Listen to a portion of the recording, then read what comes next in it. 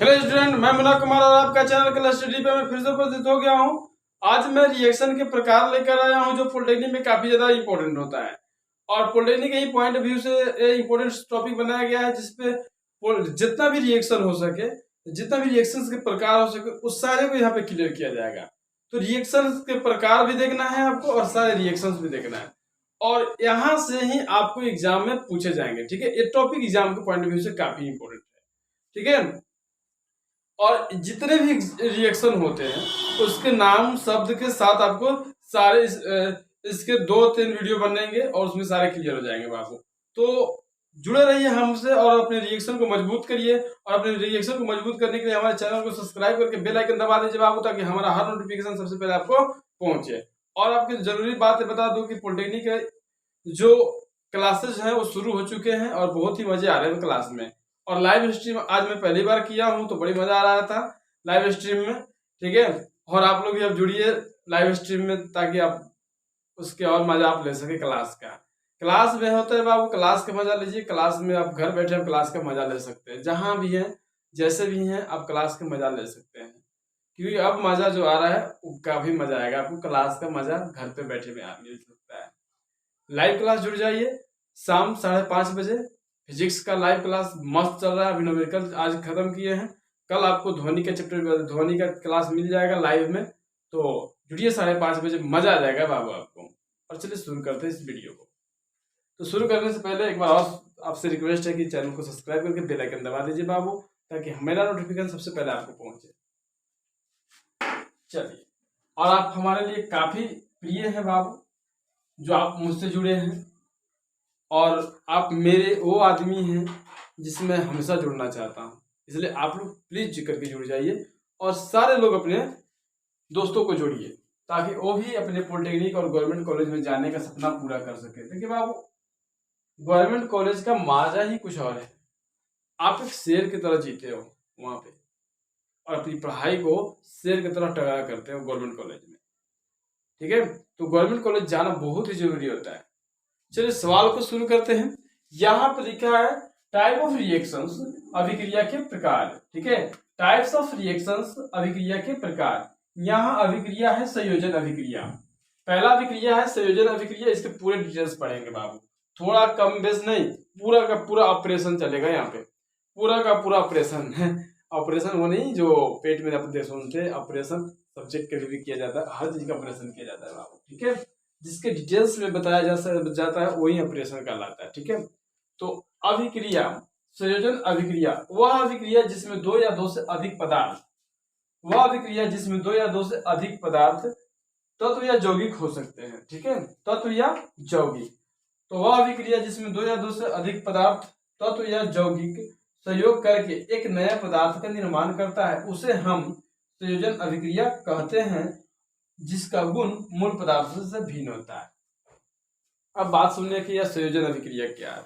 तो वैसा अभिक्रिया जिसमें 2 तत्व या यौगिक या कोई पदार्थ अभिक्रिया करके, ठीक है, तत्व या यौगिक हो सकता है, तो अभिक्रिया करके एक नए पदार्थ का निर्माण करता है, उसे हम क्या कहते हैं, संयोजन अभिक्रिया कहते हैं, और जिसका गुण मूल पदार्थ से भिन्न होता है। ठीक है, तो मूल पदार्थ से भिन्न होता है उसे हम क्या कहते हैं, रासायनिक अभिक्रिया कहते हैं। ठीक है, तो संयोजन अभिक्रिया कहते हैं, सॉरी। तो इस तरह से आपने देखा इसके डिफिनेशन। अब सारे इसके देखिए, अब अभी हम पढ़ेंगे तत्व का अभिक्रिया। किसका पढ़ेंगे बाबू, तत्वों का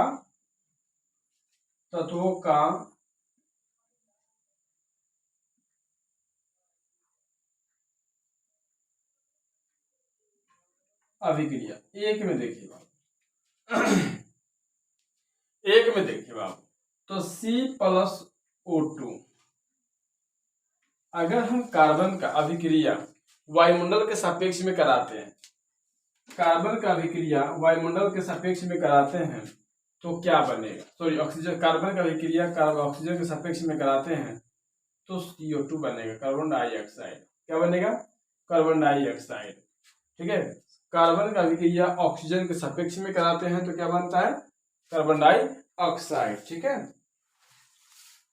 चलिए अब अगर ये बात हो गई तो मैग्नीशियम का अभिक्रिया मैग्नीशियम का अभिक्रिया Mg आप प्लस O2 से जब हम इसको कराते हैं, अब देखिए ये डायरेक्ट मैग्नीशियम डायरेक्ट ऑक्सीजन से अभिक्रिया नहीं करता है, ठीक है, ये डायरेक्ट ऑक्सीजन से अभिक्रिया नहीं करता है। ये क्या होता है, ये इसको वायु में इसको पहले जलाया जाता है, ठीक है, क्या किया जाता है, मैग्नीशियम को जलाया जाता है, मैग्नीशियम को पहले जलाया जाता है, तब जाके यह ऑक्सीजन से अभिक्रिया बना तो करता है, तो बनता है MgO magnesium oxide, magnesium oxide. देखो बाबू, Mg को मैग्नीशियम, कितना बच्चे कहता है कि सर वहां भाषा में लिख देता है तो प्रॉब्लम होता है। भाषा में इसलिए लिखता है प्रॉब्लम होता है बाबू, ताकि आप पढ़ के नहीं जाते हो। अगर एक बार तैयारी करके जाओ, कोई भाषा क्वेश्चन किसी भी तरह से पूछेगा, आपको कोई प्रॉब्लम नहीं होगा। और देखो, एग्जाम्स में पेशेंस रखा जाता है। आप किसी भी चीज के एग्जाम दे रहे हो, अच्छा छोटा से छोटा भी एग्जाम दे रहे हो, ये तो पॉलिटेक्निक बहुत बड़ा एग्जाम है, आप मैट्रिक या कुछ भी एग्जाम को नीचे के दे रहे हो, आप थोड़ा सा पेशेंस रखोगे। पेशेंस नहीं रखोगे तो सवाल आपके लिए छोटा सी ही सवाल आपके लिए बड़ा हो सकता है, ठीक है। आप छोटा सवाल ही आपके लिए इतना बड़ा हो जाएगा कि आप उसका आंसर गलत मार के आओगे। इसलिए सवाल के अंदर जो भी सवाल को सोल्व करो, उस समय आप पेशेंस रखो, माइंड को शांत रखो। और माइंड को शांत रखने के लिए हमेशा कोई, आप सुबह में चाहे 6:30 बजे 5 बजे 5:30 बजे प्राणायाम कर सकते हो, जिससे आपके माइंड हमेशा शांत रहे। माइंड शांत रहेगा तो आप अपने काम में अपने दिमाग को लगा सकते हैं, ठीक है। या फिर आप उसको थोड़ा सा दुनियादारी की चीजें छोड़कर अपने एग्जाम हॉल में दिमाग को शांत रख सकते हो। नहीं तो आपके जब एग्जाम टाइम में आपके दिमाग कहीं और काम करते हैं, तो आप सेम टाइम पे सेम बात को नहीं सोच पाते हैं, जिससे आपकी क्वेश्चन खराब हो जाती है, ठीक है। एक क्वेश्चन खराब होता है तो आपकी मार्किंग थोड़ा सा घट जाता है। इसलिए ध्यान रखोगे कि एग्जाम में पेशेंस रखोगे, पेशेंस रखोगे, कोई भी घबराना नहीं है, जल्दीबाजी की कोई जरूरत नहीं है। आराम से पढ़ो सवाल को एक बार फुल्ली पढ़ लो खूब बढ़िया से, उसके नीचे तक पढ़ो, उसके बाद आप उसको कलम उठाओ और उसके बाद बनाना शुरू करो, ठीक है। और जो भी सवाल आपको एक बार 2 बार पढ़ने में समझ में नहीं आ रहा तो उसको छोड़ दो, आगे बढ़ो, क्योंकि आप एक बार में नहीं समझ में आ रहा, 2 बार में नहीं समझ में आया तो तीसरे बार आपको समझ में नहीं आने वाली है, आगे बढ़ो। जब आपके पास टाइम बच जाएंगे तो फिर उस सवाल को हल कर लेना, ठीक है। तो ऐसे ही एग्जाम को प्रिपरेशन करोगे, ठीक है। आप रेगुलर बने रहो वीडियो में, आपको कभी भी दिक्कत नहीं होगा। इसको मैग्नीशियम बोलते हैं, इसको ऑक्सीजन बोलते हैं। अभिक्रिया कराए तो करीब बन गया मैग्नीशियम ऑक्साइड। मैंने नाम एक्चुअली मैं नाम लिख दे रहा हूँ, इससे आपको दिक्कत नहीं होगी बाबू, ठीक है। तत्वों के साथ अभिक्रिया। अब आप पढ़िए तत्व तथा यौगिक के साथ अभिक्रिया। तत्व तथा यौगिक के साथ अभिक्रिया, यौगिक के साथ,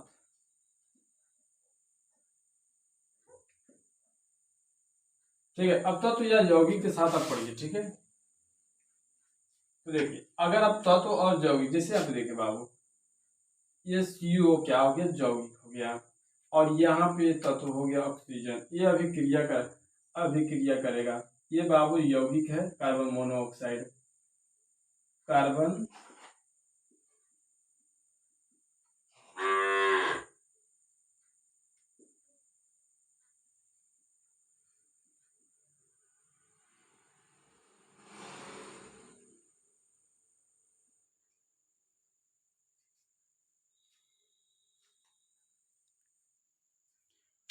अब कार्बन मोनोऑक्साइड का अभिक्रिया ऑक्सीजन से कराइएगा तो क्या बनेगा, कार्बन डाइऑक्साइड, ठीक है, CO2 बनेगा। अब बताते हैं कार्बन मोनोऑक्साइड होता क्या है। तो कार्बन मोनोऑक्साइड धुआं होता है, ठीक है। कार्बन मोनोऑक्साइड क्या होता है, धुआं होता है। अगर ये हमारे शरीर के अंदर जाता है तो हमारे ब्लड से ऑक्सी हेमोग्लोबिन जो होता है, तो ठीक है, इससे अभिक्रिया करके ये हमारे शरीर को सांस को रोक देता है, ठीक है, और हमारी इससे मृत्यु हो जाती है। तो इससे हम जानलेवा, ये काफी जानलेवा होता है कार्बन मोनोऑक्साइड जो होता है हमारे, काफी जानलेवा। अगर जिसको ज्यादा देर तक धुआं के अंदर आपको अगर बंद कर दिया जाए, बंद कमरे में धुआं कर दिया जाए और उसी में आपको बंद कर दिया जाए, तो आपकी तत्क्षणिक मृत्यु हो जाएगा, ठीक है। डाइऑक्सी होता है क्या, कार्बन मोनोऑक्साइड, जो आपके शरीर से एंटी बना लेता है और आपके सांस को बाधित कर देता है, सांस को रोक देता है, दम फूलने लगता है, जिससे आपकी मृत्यु हो जाती है बाबू, ठीक है। घुटन महसूस होता है जब इससे धुआं आपको लगता है, तो क्या होता है, घुटन महसूस होता है। आप कभी कभी अभी पहले जाड़ा के दिनों में जैसे आप अगर क्या होता है, घूरा जो बोलते हैं उसको, वहां पे अगर बैठे होंगे तो देखना आपके, जब आपको धुआं घूम जाता है तो आप नाक मुंह बंद करने लगते हैं और वहां से बचना चाहते हैं, हटना चाहते हैं। ऐसा इसलिए होता है क्योंकि आपको उस समय ऑक्सीजन लेने में दिक्कत होती है और ऑक्सीजन भरपूर नहीं मिल पाता है, क्योंकि वो धुआं से आच्छादित हो गया रहता है और आपको ऑक्सीजन नहीं मिल पाता, जिससे आपकी सांसें घुटने, दम घुटने लगती, सांसें रुकने लगती, तो वहां से हटना पड़ता है। अगर ये क्रिया आपको लगातार कर दिया जाए तो आपको तत्क्षणिक मृत्यु भी हो जाएगी। यह बहुत ही जहरीला हवा होता है कार्बन मोनोऑक्साइड बाबू, और यह ऑक्सीजन से विक्रिया करके क्या बना लेता है, कार्बन डाइऑक्साइड बना लेता है। ठीक है, चलिए नेक्स्ट सवाल देखिएगा बाबू।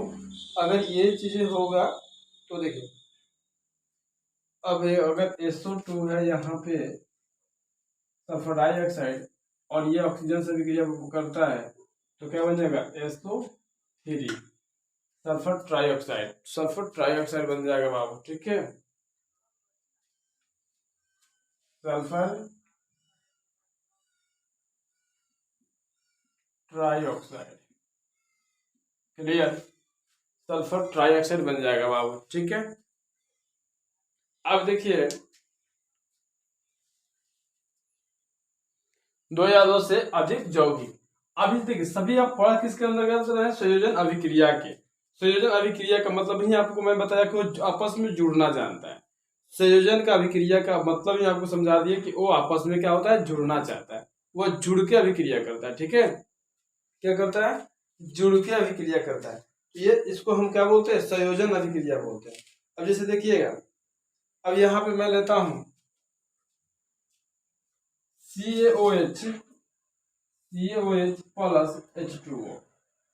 अब ये है काली चूना, क्या है बाबू, काली चूना है, और इसको आप जल के साथ घोरते हो, जल के साथ अभिक्रिया कराते हो, तो काली चूना को अगर जल के साथ अभिक्रिया कराते हो तो ये क्या बन जाएगा, CaOH के whole 2 plus CO2 plus H2O बन जाता है। क्या बन जाता है, CO2 प्लस H2O। छोड़ दीजिए, अगर ये चीज आप नहीं जानते तो छोड़िए इसको, ये तब बनता है CaOH के होल 2 बन जाता है। क्या बन जाता है, CaOH के होल 2, जिससे भाखरा चूना बोलते हैं। आप प्लस ऊष्मा तो बनता है, ये आपको पता है, ये आपको पता है ऊष्मा बनता है। जब आप चूना को गर्म करते, चूना को पानी में डालते हो तो क्या होता है, डबल डबल डबल डबल करके बहुत सारा गैस निकलता है, ऊपर निकलता है कि नहीं निकलता है, निकलता है, और बहुत सारे गैस निकलता है, जिससे आप देखते हैं कि नहीं देखते, उसके बाद जब जिस भी बर्तन में रखते हो वो बर्तन गर्म हो जाता है, हाथ भी जलता है, उससे छूने के बाद हमारा हाथ में जलन महसूस होता है, तो ये इस तरह से बन जाता है। इसको बोलते हैं भाखरा चूना। ये है हमारा काली चूना और ये है हमारा भाखरा चूना, भाखरा चूना। याद रखिएगा बाबू, एग्जाम में पूछा जाता था भाखरा चूना का सूत्र, काली चूना का सूत्र। ठीक है, भाखरा चूना का सूत्र, काली चूना का सूत्र पूछा जाता है एग्जाम में। ठीक है, तो ये हमारा भाखरा चूना है। क्या है बाबू, भाखरा चूना।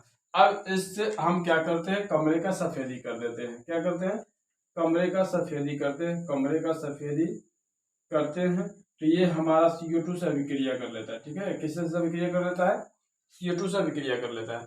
अब ये CO2 से अभिक्रिया करने के बाद क्या बन जाता है, CaCO3 और H2O बाहर निकल जाता है बाबू, वाष्प के रूप में।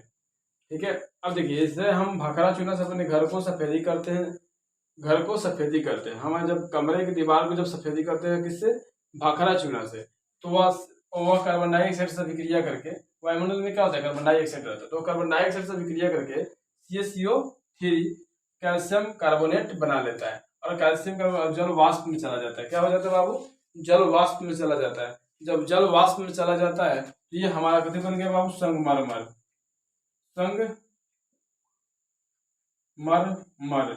ये संगमरमर का सूत्र हो गया, कैल्शियम कार्बोनेट CaCO3। इसको कितना बच्चे काको थ्री बोलते हैं, तो आप इस तरह से याद रख सकते हैं संगमरमर को। तो कैल्शियम कार्बोनेट जो है, यह संगमरमर का सूत्र है। उससे पहले आप जानिए कि कैल्शियम हाइड्रोक्साइड, जिसको हम बोल रहे हैं भाखरा चूना, क्या बोल रहे हैं बाबू, भाखरा चूना, भाखरा चूना ने कार्बन डाइऑक्साइड से अभिक्रिया किया तो कभी बना CaCO3 संगमरमर, कैल्शियम कार्बोनेट, और ये कैल्शियम हाइड्रोक्साइड। याद रखोगे बाबू, नाम लिख सकते हो, वीडियो को पोस्ट करके नाम लिख सकते हो, हाइड्रोक्साइड, तो कैल्शियम हाइड्रोक्साइड। ठीक है, इस तरह से हम घर को सफेदी करने के बाद हमारा क्या घर होता है, घर हमारा चमक उठता है। तो हमें ऐसे अब सवाल पूछा जाएगा कि किस किस चूना से घर को सफेदी किया जाता है, तो भाखरा चूना से। किससे?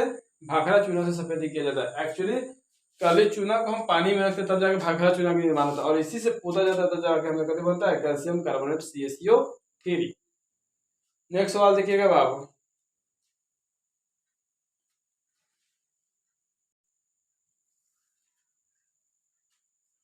टाइप ऑफ रिएक्शन के दूसरा नंबर अभिक्रिया है बाबू। टाइप ऑफ रिएक्शन के दूसरा अभिक्रिया है, कह रहा है कि वियोजन या अपघटन अभिक्रिया। वियोजन या अपघटन अभिक्रिया वह अभिक्रिया किसी यौगिक के बड़े अणु के टूटने से दो या दो से अधिक यौगिक का निर्माण होता है, जिसका गुण मूल पदार्थों से भिन्न होता है। अब यहाँ पे कह रहा है वियोजन अभिक्रिया या अपघटन अभिक्रिया में समझ लीजिए, पहले पूरे क्लियर समझिए। वियोजन अभिक्रिया या अपघटन अभिक्रिया तो वह ऐसा अभिक्रिया होता है जिसमें दो या दो से एक बड़ा यौगिक टूटकर दो या दो से अधिक यौगिक का निर्माण करता है, जिसका गुण मूल पदार्थों से क्या होता है, भिन्न होता है। उसे हम क्या कहते हैं, वियोजन या अपघटन अभिक्रिया कहते हैं। उसे हम वियोजन या अपघटन अभिक्रिया कहते हैं, जिसका गुण मूल पदार्थों से भिन्न होता है। उसे हम वियोजन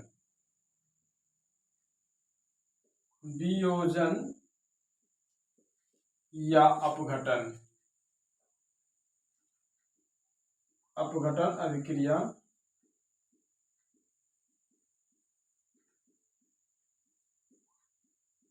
कहते हैं। वियोजन या अपघटन अभिक्रिया कहते हैं। ठीक है, अब बात क्लियर समझ में आ गया होगा कि वियोजन या अपघटन अभिक्रिया किसे कहते हैं। तो जब एक बड़ा यौगिक, वह अभिक्रिया जिसके बड़े अणु, यहाँ पे लिखा हुआ है बड़ा अणु के टूटने से दो या दो से अधिक यौगिक का निर्माण होता है, जिसका गुण मूल पदार्थों से भिन्न होता है, उसे हम वियोजन या अपघटन अभिक्रिया कहते हैं। अब बड़ा यौगिक टूटेगा तो किसका निर्माण करेगा? बड़ा यौगिक अगर टूटता है तो किसका निर्माण करता है? तो अलग अलग पदार्थों का निर्माण करेगा, जिसका गुण क्या होगा, मूल पदार्थों से भिन्न हो जाएगा। अगर छोड़िए ये केमिस्ट्री की बातें हम छोड़ देते हैं, आपको रियल लाइफ में हम बताते हैं। अगर समझ लीजिए कि आप अगर क्या होता है कि अगर आप एक ईंटा तोड़े हुए हैं बाबू, एक ईंटा है, बड़ा सा एक ईंटा ले लेते हैं, बहुत बड़ा ईंटा है, मतलब जो ईंटा होता है जो इसका, अगर इसके बीच में के टूट गया तो अधोखा बोलते हैं। इसका इस्तेमाल कहीं कहीं ज्वाइंट को जोड़ने में करते हैं। अगर ये हो गया तो इसको तीन पाई बोलते हैं। इसका इस्तेमाल हम क्या करते हैं, ये जो ज्वाइंट्स जहां घूमने वाला होता है वहां पे इसका इस्तेमाल करते हैं।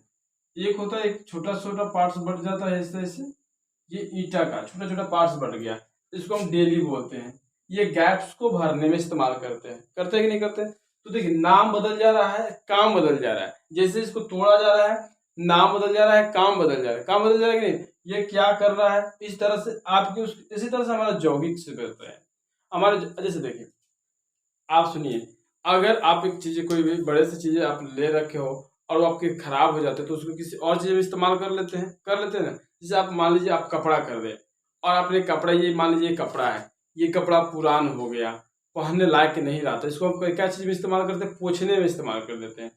बेंच पोछने में, टेबल पोछने में, गाड़ी पोछने में, जो मन करे सो पोछने में इसका इस्तेमाल करते हैं। एक्चुअली जैसे देखिए, ये कपड़ा है, ये बोर्ड पोछने वाला कपड़ा है, ठीक है, ये किसी ना किसी बड़े कपड़े का भाग होगा जो पहनने में काम आता था, लेकिन अब ये कपड़ा बोर्ड को पोछने में काम आता है। समझ में आ रहा है बात समझ में आ रहा है ना? तो कोई ना कोई, तो यानी कि बड़े यौगिक जब टूट जाता है तो छोटे यौगिक में निर्माण हो जाता है। जब छोटे यौगिकों में जब बनता है तो उसका गुण पहले के गुण से भिन्न हो जाता है और उसका काम भी बदल जाता है। अभी मैंने आपको बताया कि बड़ा सा कपड़ा से टूटकर एक छोटा कपड़ा जब बना तो उसका गुण मूल पदार्थों से भिन्न हो गया, उसका वो कपड़ा को पहनने में काम आ जाता है, इसका बोर्ड पोछने में काम आ रहा है। बात समझ में आ रहा है ना? क्लियर बोलिए बाबू, समझ में आ रहा है ना? चलिए, तो इसको शुरू करते हैं। तो यानी तो इस तरह से हम लोग इस तरह से हमने अभिक्रिया, वियोजन अभिक्रिया को पढ़ा। अभी जैसे देखिए, मान लीजिए CaCO3, अभी आपने यहाँ देखा ना CaCO3 था, तो इसको अगर आप करते हैं CaCO3 को, तो अगर आप इसको क्या कर देते हैं, गर्म कर देते हैं, कभी कर देते हैं बाबू, गर्म कर देते हैं। CaCO3 को अगर आप गर्म कर देते हैं, ये सोडियम कैल्शियम कार्बोनेट है,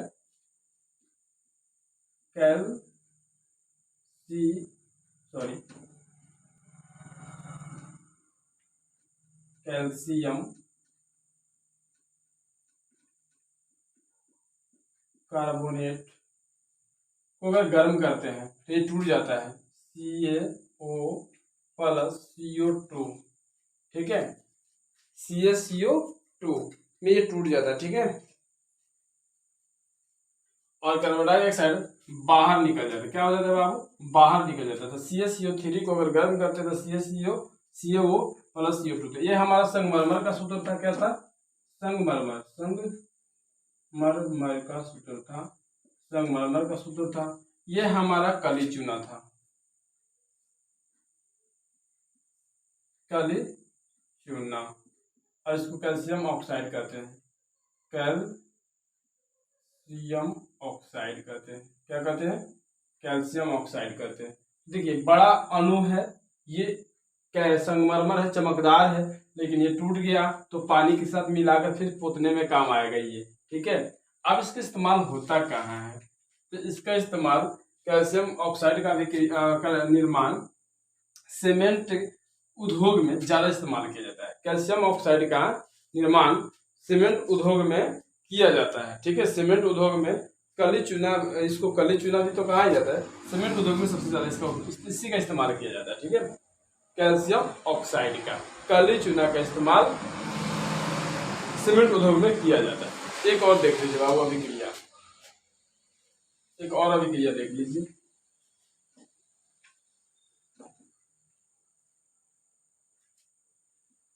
KClO3, ठीक है, KClO3 है, और इसको जब आप गर्म करिएगा,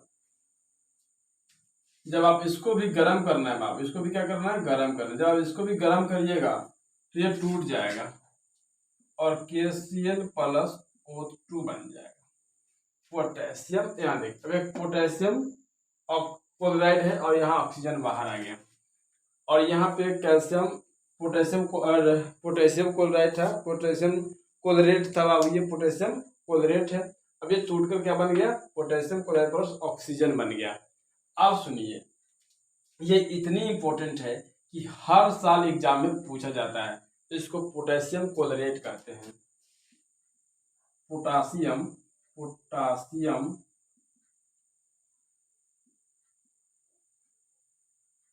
क्लोरेट, ठीक है, पोटेशियम क्लोरेट कहते हैं, इसको पोटेशियम क्लोराइड कहते हैं, पोटासियम क्लोराइड बोलते हैं इसको, ठीक है, पोटासियम क्लोराइड बोलते हैं इसको, पोटेशियम क्लोरेट बोलते हैं। तो इस तरह से टूटकर पोटेशियम क्लोराइड + ऑक्सीजन बनाता है। ये हमारा वियोजन अभिक्रिया था। इस तरह से बहुत सारे अभिक्रिया भी बाकी है, मैंने सारे अभिक्रिया 3 वीडियो में खत्म कर दूंगा बाबू। तो वीडियो को देखने के लिए बहुत बहुत धन्यवाद बाबू। और अभी भी आकर चैनल पर नहीं है सब्सक्राइब किए हैं, नए तरह की तरह बने हुए हैं, तो चैनल को सब्सक्राइब करके बेल आइकन दबा दीजिए, ताकि मैं आपके लिए हर नोटिफिकेशन बनाता रहूँगा, ठीक है। और पॉलिटेक्निक को सबसे पहले अपडेट यहाँ से मिलेगी आपको, ठीक है। तब तक के लिए इतना ही, मिलते हैं अगले वीडियो में। जय हिंद।